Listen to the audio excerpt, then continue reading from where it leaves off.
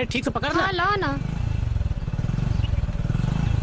अरे घर आ गेल राधा, घर आ गेल।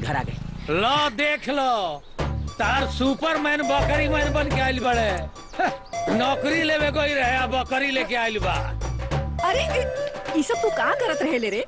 पहले तू ये बकरी सकरी बाहरे करत रहले, अब घरों में ले आवे लगले। भाई का ये बकरी नहीं है, का हिया?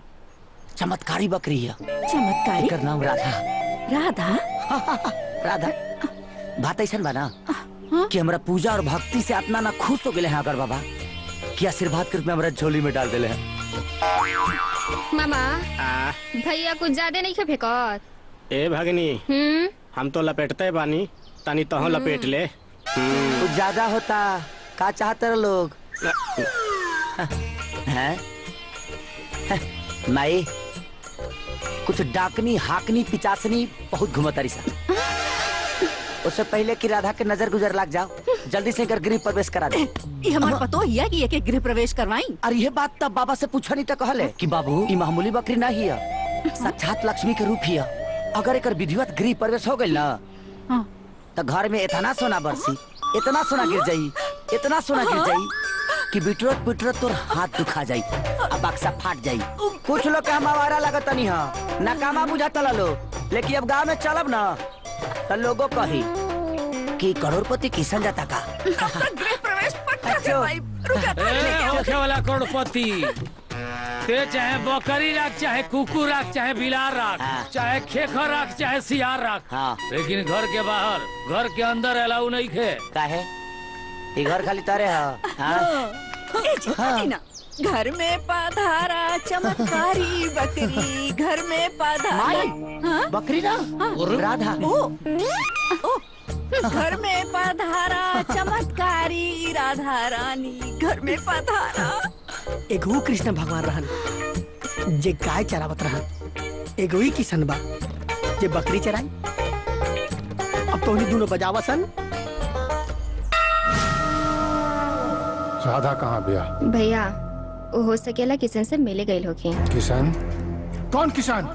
उहे किशन भैया जो पूरा जवार के सुपर हीरो बनत फिरता।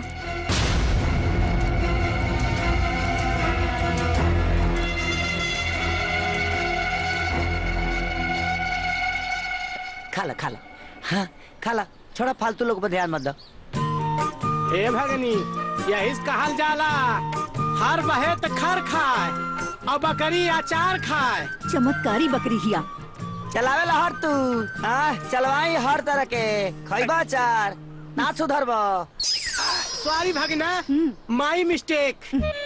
नो बकरी, only for Radha. Good bye, good boy.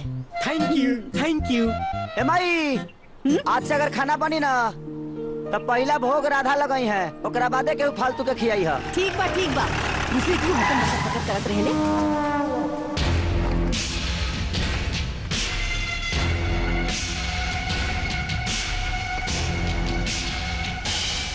का प्रधान जी? ढेर ड्रामाबाजी मत कर, बताओ हमार बहन कहाँ बिया? अरे प्रधान जी, अरे हमरा कोनो बहन होई थोड़ी है कि बहन के बारे में जानता नहीं।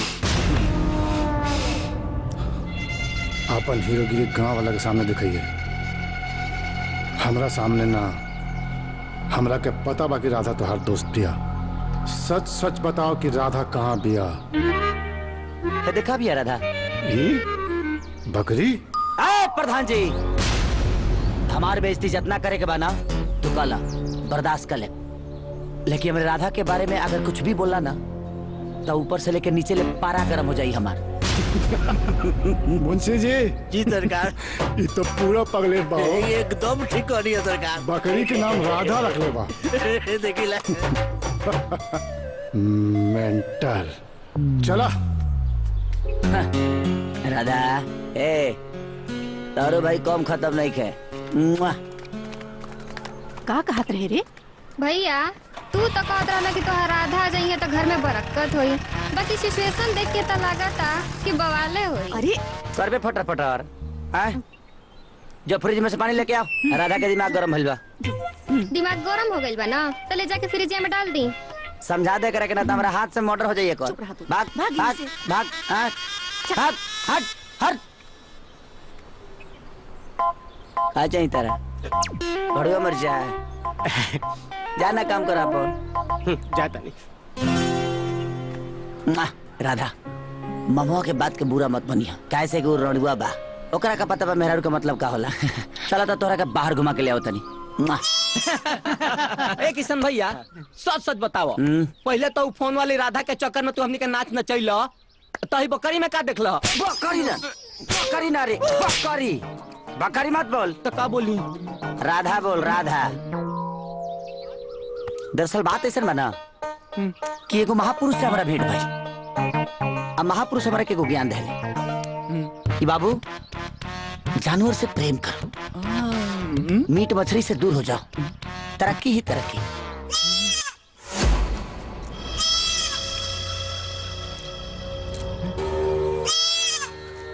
सूर्य के उदय होते ही ये बकरी बन गई है, लेकिन सूर्यास्त होते ही ये वापस राधा के रूप में आ गई है।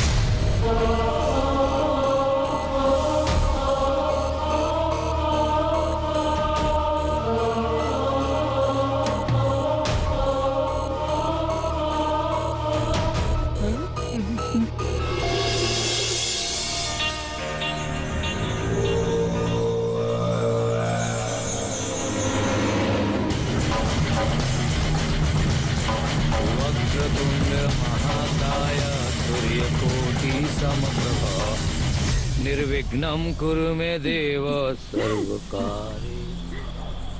अरे बाप रे बाप, देखा तारू सीधा बकरी लेहलस आ घर में घुस गई। अब बताओ लोग का कही जाओ ना घर में पूजा पाठ होला उनमें बकरी आ कुकुर रहे लगल। वाह, अभी कौन सा शौक पार लेलो दादा। अरे बकरी नहीं चमत्कारी बकरी है। एक दिन रउआ देखब ओकर चमत्कार से ना हमार पूरा घर जगमगा जाई। अरे वो कौन अलादीन के चिराग ना कि घर जगमगा जाई। घर तब जगमगाला जब आदमी कर्म करेला, माता पिता के सेवा करेला। ये कुकुर बिलार पालला से चमत्कार ना होला।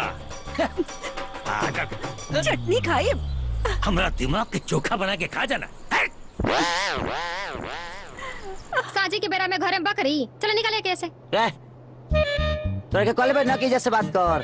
राधा तो का राधा राधा माने चमत्कारी बकरी है। इज्जत से तनी बतियाओ। चल निकल हट। चमत्कारी बकरी सारा पागल हमरे घर में बना सरकारी। राधा, अरे राधा उन्हें कहाँ जाता रू? सब पागल उगल बड़ा सा उन्हें मत जा ना तो रहे ना दिहा सतारा के सुता।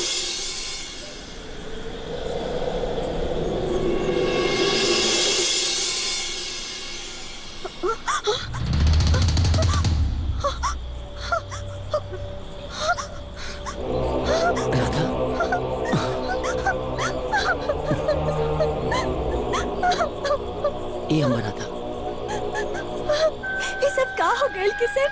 जिंदगी कैसे आगे चली हमने के? हम का सपना सजोले रहनी अगर हम हमेशा खातिर बकरी बन जाए। राधा ये सब कहा बोला तारू? अरे जो होके करे तौन हो गए। शायद यह विधि के विधान रहे और एक काम के स्वीकारे के परी। ये सब तो ठीक बा, तू हमरा के ही रूप में कैसे अपनेबा? समाज के तू का बतेबा कि हमारा तुम्हारा रिश्ता का बा? हम भैया के का जवाब दे?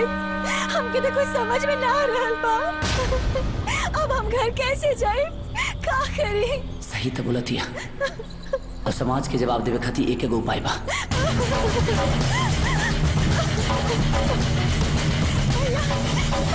कैसे